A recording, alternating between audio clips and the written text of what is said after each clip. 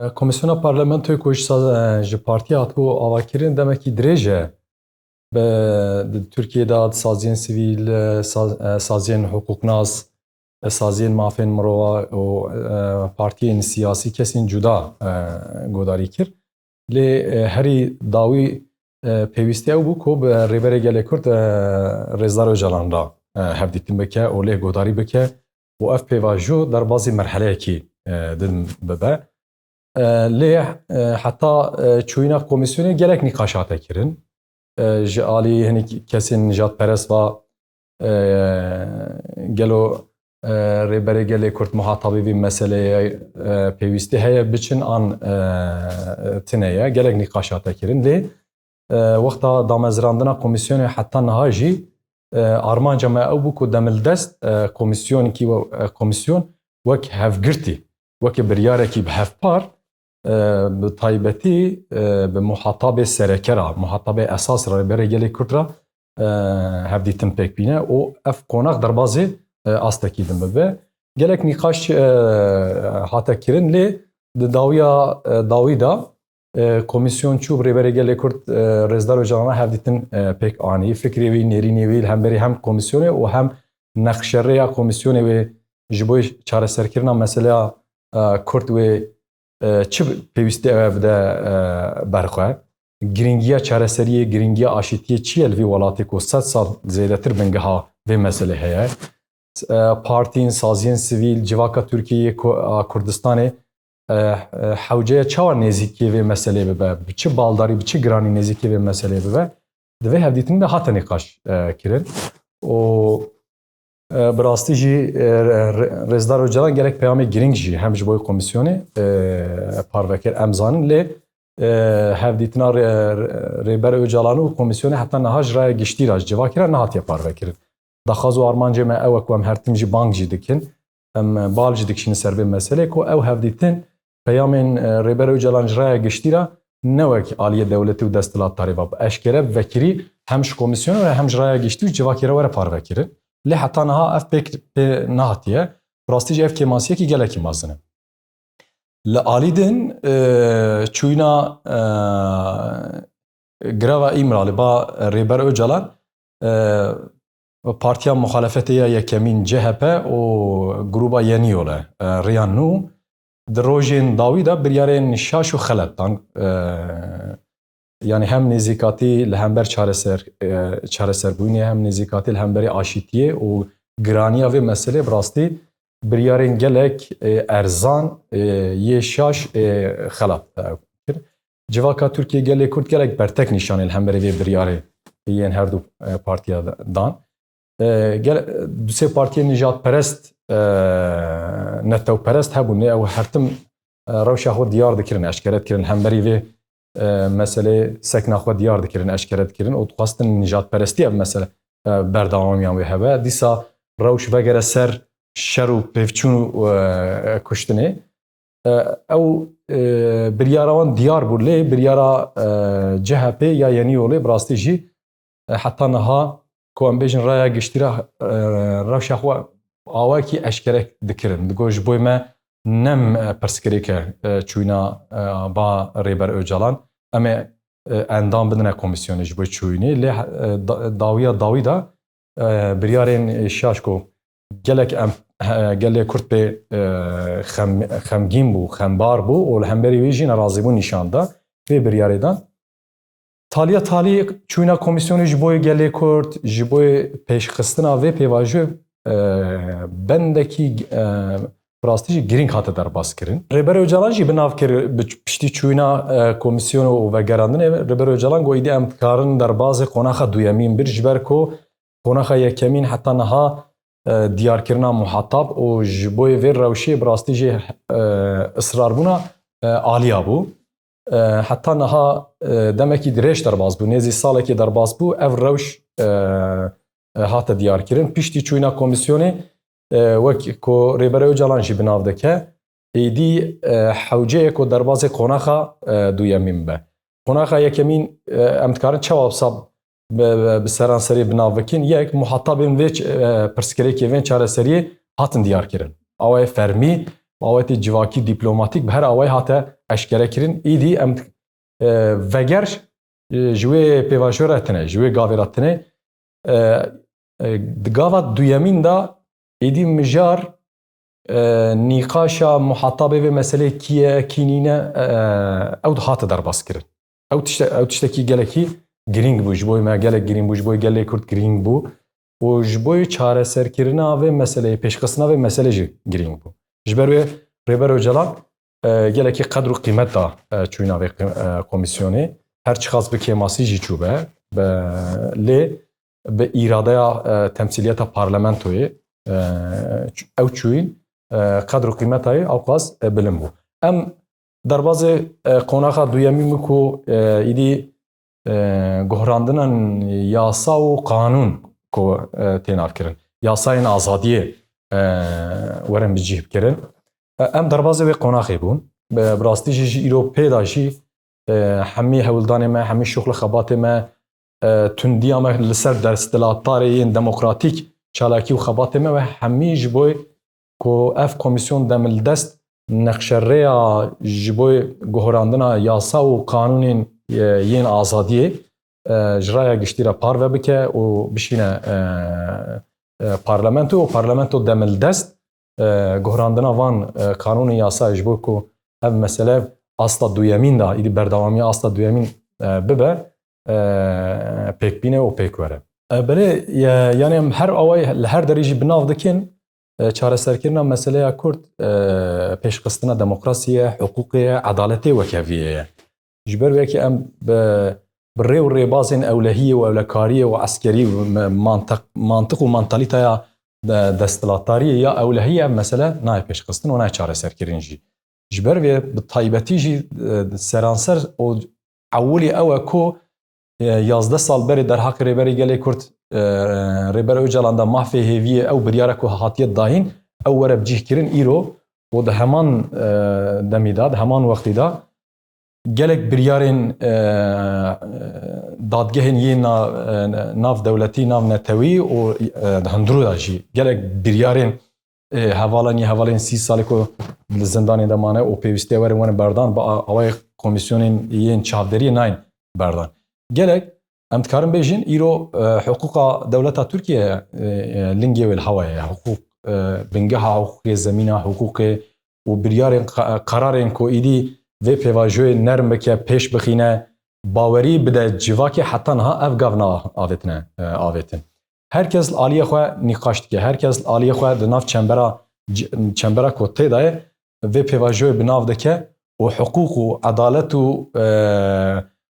pêdivî pêwîstî li gorî xwe li gorî sînorê aqilê xwe siyaseta xwe bi nav dike lê tiştekî wisa tune. Îro heger ev pêşxistina vê pêvajoyê li ser bingeha demokrasiyê û hukûq û edaletê heger pêş bikeve ku çareserkirina vê meselê esas temelê wê ev e.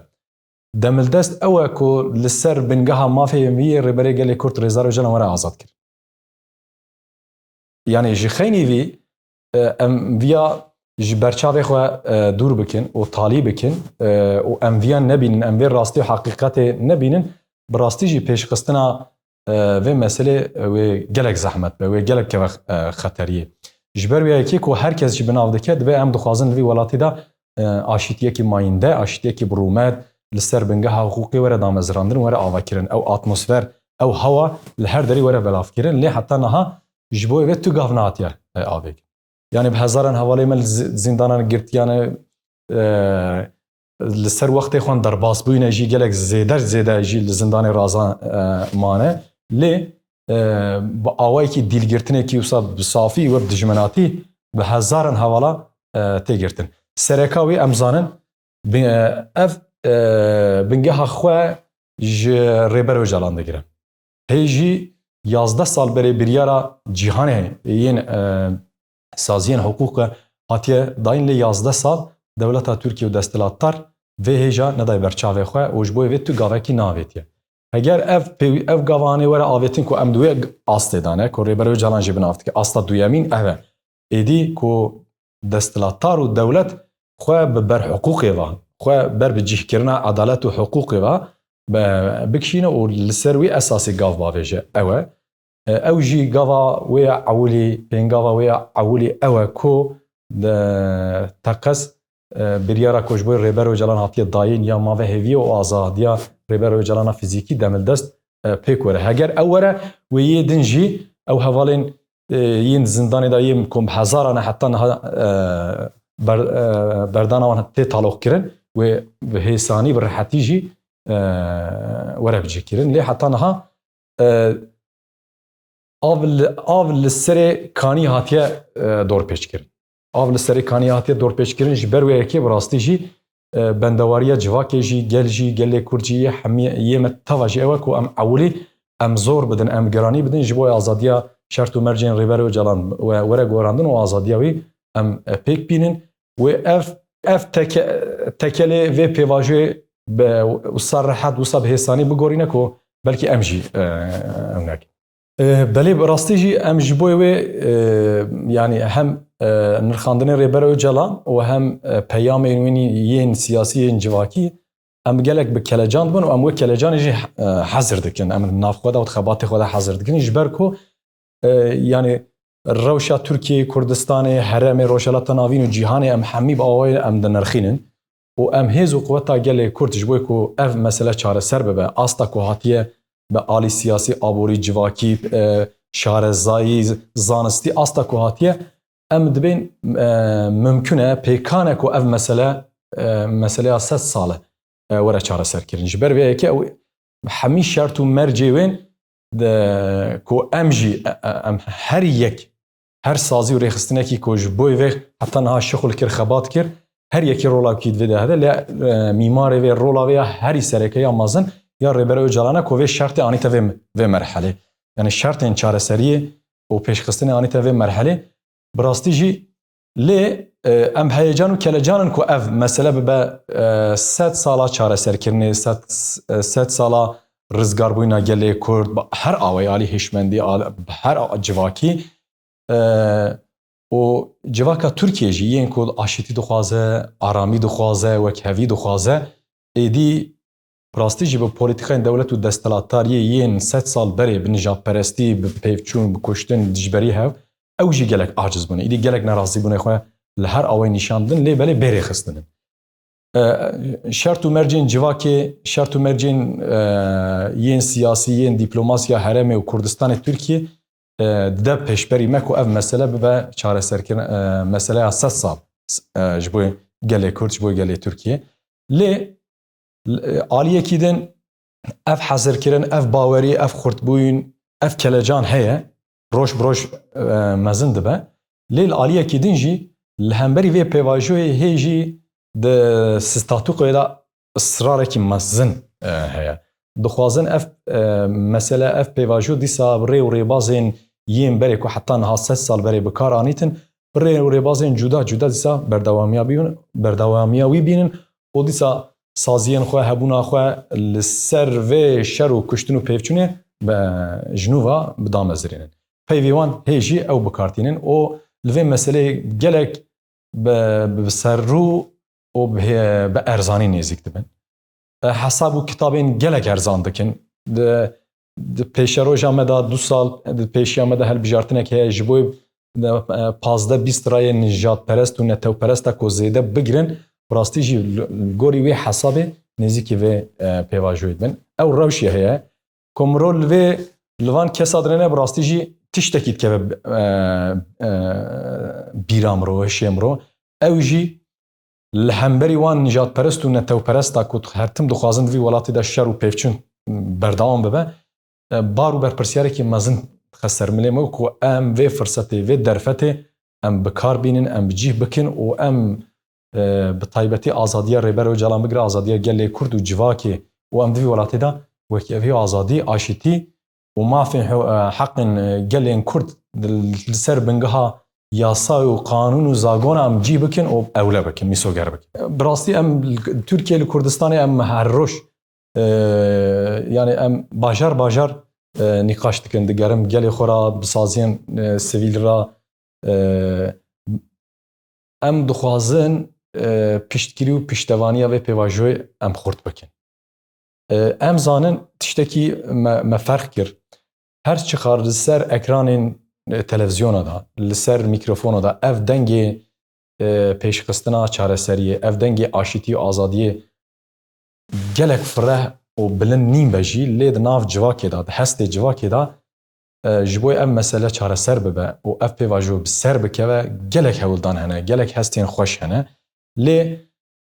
ew e ku em li ku derê bibin bila bibin, em dengê xwe bilinkin ji bo piştgirî û piştevaniya vê pêvajoyê em dengê xwe bilinkin. Em deneyîm û tecrübaya xwe, zanistiya xwe, çavdêriyan xwe ji bo vê pêvajoyê bişixulînin bixin meriyetê û îmkan û derfetê me çi be? İmkan û derfetê me çi be? Tenê şertê me şertê axaftinê be jî em vê axaftina xwe, vê hêşa xwe, vê dîtina xwe, dîtbariya xwe em ji bo pêşketina vê pêvajoyê xerç bikin. Desthilatdar dewlet stratejekî daye pêşiya xwe, her çi xas vê pêvajoyê roj bi roj pêş bikeve jî lê dixwaze di nava civakê da bêmoralî, bêhêviyekî mezin belav bike. Yani stratejiyekî heman demê de wisa bikartîne. Lê bila gelê me, bila saziyên partiyên siyasî, saziyên sivîl, kesên vî welatê de azadî dixwaze, aşîtî bixwaze, bila bizanibekî ku em bi moral, bi heyecan, bi kelecan em tevlî vê pêvajoyê bibin û em piştgirî û piştevaniyê vê pêvajoyê bibin. Em bibin pêşengê vê pêvajoyê, çalekvanên vê pêvajoyê, bawer bikin bi 85 milyon ji sedî not û neh civaka Tirkiye û Kurdistanê gelê Kurd dixwaze ev pêvajo bi ser keve. Ji ber vê yekê bal bikişînin her hevdîtinên Rêber Öcalan şande wexta divegere ji raya geştîre parve dike. Dibê Rêber Öcalan bi heyecanekî mezin, bi kelecanekî, bi coşekî, bi moralekî mezin di nav serkêşê vê pêvajoyê dike. Em jî ji Rêber Öcalan ji heyecana wî, ji kelecana wî moral bigirin, hêvî bigirin û em vê pêvajoyê hetaş destê me were em bi ser bixînin û em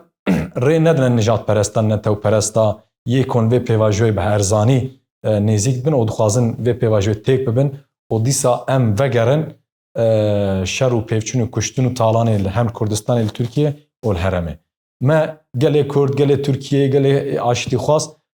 şer û kuştin û pêvçûn li vî welatê gelek jiyaye. Bi salan ev, 10 salan ev bû nêzîkî 200 sal li vî welatê, qedera vî welatê bûye ev. Lê em dikarin vê qederê bigorînin. Ji ber vê yekê sekna Rêber Öcalan, dîtinê wî, gotinê wî, nexşereyê wî hem ji bo gelê Kurd, hem ji bo gelê Tirkiye, ji bo gelê Rojhilata Navîn bi rastî şansekî gelekî ku mezin e ku em her away em xwe lê bi girê bidin, em li